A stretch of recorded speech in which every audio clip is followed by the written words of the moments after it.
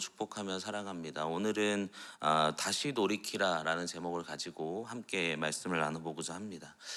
이제 우리가 계속해서 봤던 말씀에도 이제 예레미야로 다시 돌아왔는데요.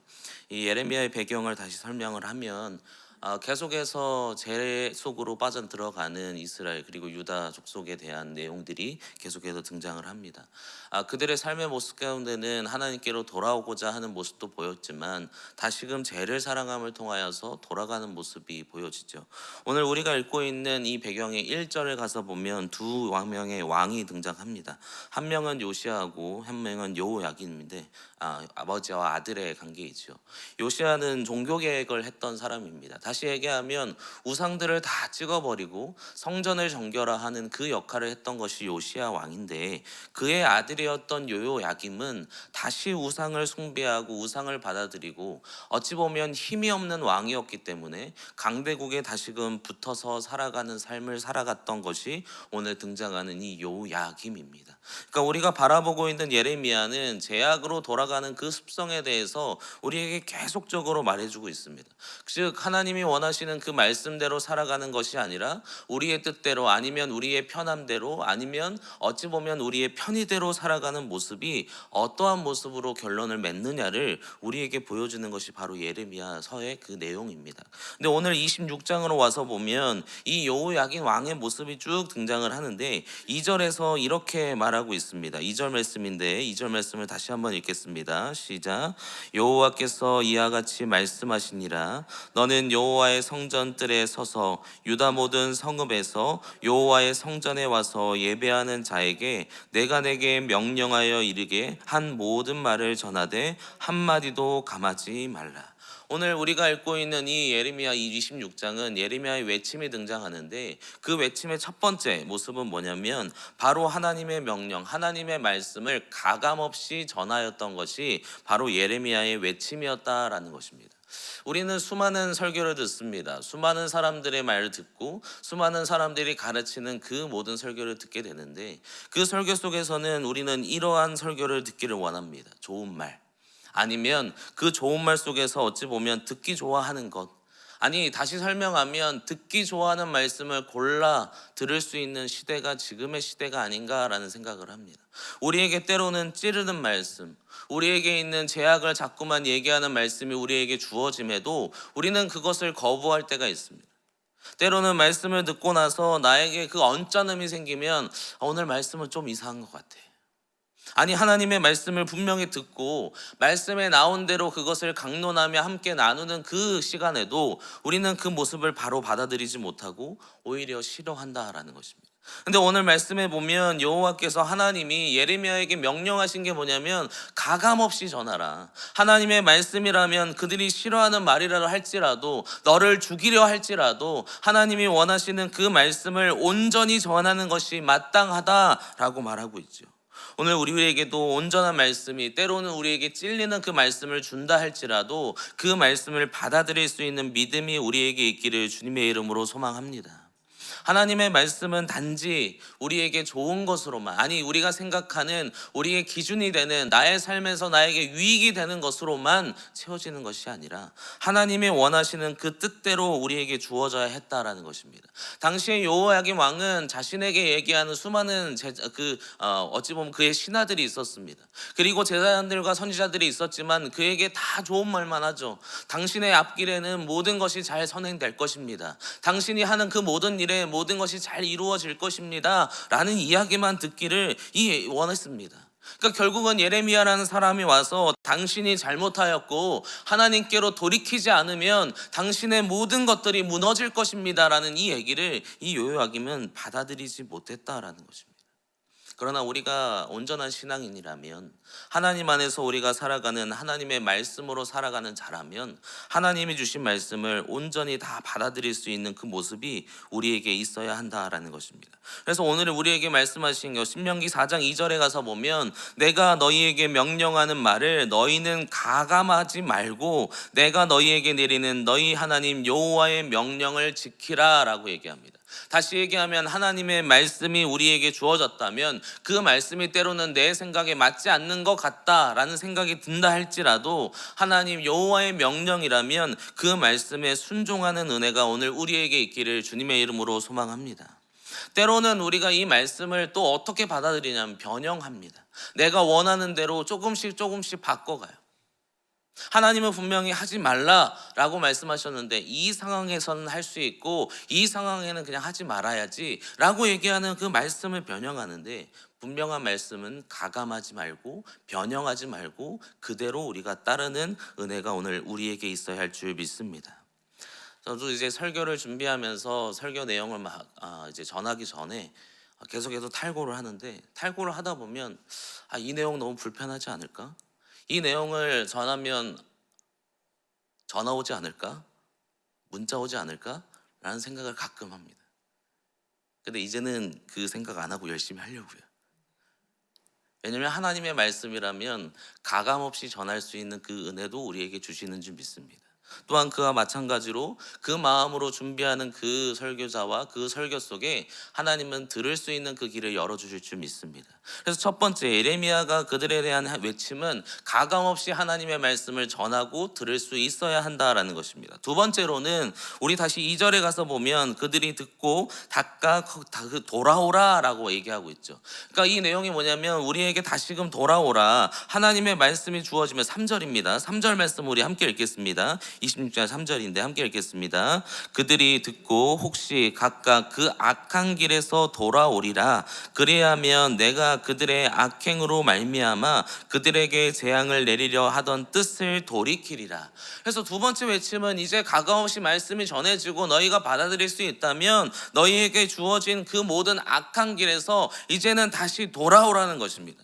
여호야긴 왕은 계속해서 악한 길로 달려갔습니다. 우상을 숭배하는 것, 강대국을 따라가는 것, 그들을 위해서 무엇이라 해주면 나에게 유익이 주어지기 때문에, 내 왕위가 지켜지기 때문에 그 모습을 통하여서 그는 계속해서 죄를 지었습니다. 그러나 지금 예레미야의 외침은 무엇이냐면 다시 돌아오라. 하나님이 너희에게 말씀하신 그 말씀대로 이제는 그 죄를 끊어버리고 다시금 너희 안에 있는 그 모습 속에서 하나님을 불순종하는 것을 끊고 이제는 다시 돌아와 하나님의 그 길을 다시금 가자라고 얘기하죠. 5절에 가서 보면 이 얘기가 계속해서 주어졌습니다. 내가 너희에게 나의 종 선지자를 꾸준히 보내라고 얘기하죠. 그러니까 계속해서 예레미야서를 보면 계속해서 하나님은 선지자를 통해서, 계속해서 우리가 보는 하나님의 말씀을 보면 수많은 사람들을 통해서 계속해서 보내요. 돌이키라고. 잘못된 내용들이 있으니까 너희가 우상을 숭배하고 하나님의 뜻이 아닌 너희가 주인이 되어 살아가니 그것을 끊어버리라 계속해서 보내는데 사람들은 그것을 받아들이지 못하는 거예요. 근데 오늘 말씀에는 우리에게 무엇이라 말씀하시냐면 순종하라라는 것입니다. 하나님의 말씀이 들리고 하나님이 우리에게 그 말씀하신 바를 깨닫게 되었다면 이제는 돌이켜 순종하는 은혜가 있기를 주님의 이름으로 소망합니다. 이것은 단지 의지적으로 마음으로만 받아들이는 것이 아니라 우리의 행함으로 주어져야 되는 줄 믿습니다. 우리에게 있어서 하나님의 말씀이 온전히 주어지고 순종이라는 것은 그냥 마음으로만 내가 해야지 라고 갖고 있는 것이 아니라 진짜 행하는 거예요. 우리가 새벽 기도를 나오고 우리가 예배를 빠지지 않기 위해서 노력하고, 또한 우리가 삶의 모습 속에서 하나님의 말씀대로 사람을 대하려고 노력하고, 나에게 주어진 어떠한 어려움이 있다 할지라도 그 어려움 속에서 하나님이 나에게 인내하라 하시면 내가 인내해야지, 그 인내로 오늘 시작해보자, 그래서 오늘 그 모습대로 살아가 보자를 시작하는 거예요. 마음으로만 갖는 것이 아니라 그 모습이 우리에게 순종으로 드러나도록 우리에게 그 모습이 드러나기를 주님의 이름으로 소망합니다. 오늘도 수많은 그 믿음을 흔들리게 하는 자리들이 분명히 주어질 것입니다. 때로는 우리가 고난을 겪기도 하고 때로는 그 모습 속에서 어려움을 당하기도 합니다. 그러나 그 모습 속에서 하나님 말씀하시면 그 순종을 우리가 우리의 삶으로 행하는 거예요. 그렇게 돼야지만이 우리가 저주거리가 되지 않습니다. 6절에 가서 보면 내가 이 성전을 실로같이 되게 하고라고 얘기하죠. 여기서 말하는 실로는 당시 처음에는 분명히 언약궤가 있는 곳, 영광이 거하는 것이었지만 그것이 결국은 홈리와 비느하스를 통해 언약궤는 다 빼앗겨 버리죠. 무너진 곳이라는 것을 상징하는 이 실로와 같이 너희가 저주거리가 되지 않기를 원한다. 불순종의 길은 분명히 저주거리가 되고 모든 것이 무너지게 되지만 하나님 안에 순종하는 자에게는 실로가 아닌 하나님이 원하시고 하나님이 임재하시고 하나님의 뜻이 온전히 주어지는 거룩한 그 우리가 곧 성전이 되어 하나님의 그 거룩함을 드러내게 된다라는 것입니다. 이 은혜가 오늘 우리에게 있기를 주님의 이름으로 소망합니다. 우리의 신앙은 비웃음거리가 아니라 우리의 신앙은 하나님 앞에 자랑하며 하나님 앞에 온전히 드릴 수 있는 그 모든 신앙이 되기를 주님의 이름으로 소망합니다. 그 모습이 되면 마지막 세 번째 예레미야 외침은 회복된다라는 것입니다. 돌이켜서 이제는 순종하는 자가 되면 이제는 우리 안에 있는 모든 신앙들이 다시 회복되어서 하나님 안에서 누리는 그 기쁨을 다시 우리가 찾을 수 있다라고 얘기하죠. 13절 말씀인데 13절 함께 읽겠습니다. 그런즉 너희는 너희 길과 행위를 고치고 너희 하나님 여호와의 목소리를 청종하라. 그리하면 여호와께서 너희에게 선언하신 재앙에 대하여 뜻을 돌이키시리니. 다시 얘기하면 우리가 하나님 안에 이제 우리의 모습을 바꿔가면 순종하며 하나님의 말씀대로 살아가는 것을 우리가 돌이켜 나아가면 우리에게 회복이 주어지는 것. 이 회복이라는 것은 우리의 삶의 모습이 완전히 다시 바뀌어간다라는 것입니다. 우리는 가끔 신앙의 첫사랑을 회복해야 된다라는 이야기를 많이 합니다. 이 신앙의 첫사랑은 무엇입니까? 하나님 전에 와도 너무 기뻐요. 이 성전을 생각하면 아니면 기도하는 자리, 찬양하는 자리, 우리가 신앙의 모습으로 말씀을 읽는 자리에 우리 안에 그 감동과 그 기쁨, 때로는 눈물을 흘리고 때로는 웃으면서 하나님 나에게 이러한 은혜를 주시는군요 라고 얘기하는 그 회복이 우리에게 주어지게 되는 줄 믿습니다. 그 순종이 우리에게 있어야지만이 우리의 신앙이 다시 돌이켜지는 거예요. 신앙의 그 길을 가다 보면 이제 목사가 되고 나서 어느 때는 똑같은 매너리즘에 빠질 때가 있습니다. 오늘은 이렇게 해서 이렇게 이 일만 해야지, 아니면 이런 걸 통해서 이렇게 하면은 또 내일이 오겠지. 가끔 그런 매너리즘에 가끔 빠집니다. 그럴 때마다 얼마나 제 모습을 보면서 실망을 하는지. 그 옛날에 처음에 전도사님 때 또 강도사 때 열심히 하나님을 위해서 일하겠다고, 또한 그 모습으로 신앙으로 살아가겠다고 고백했을 때 그 모습을 다시 돌이켜보면 왜 지금 내 모습이 이렇게 변했을까? 하나님 앞에 더 말씀으로 살아가지 못하고 선언한 대로 살아가려고 노력했던 그 모습은 어디 있을까?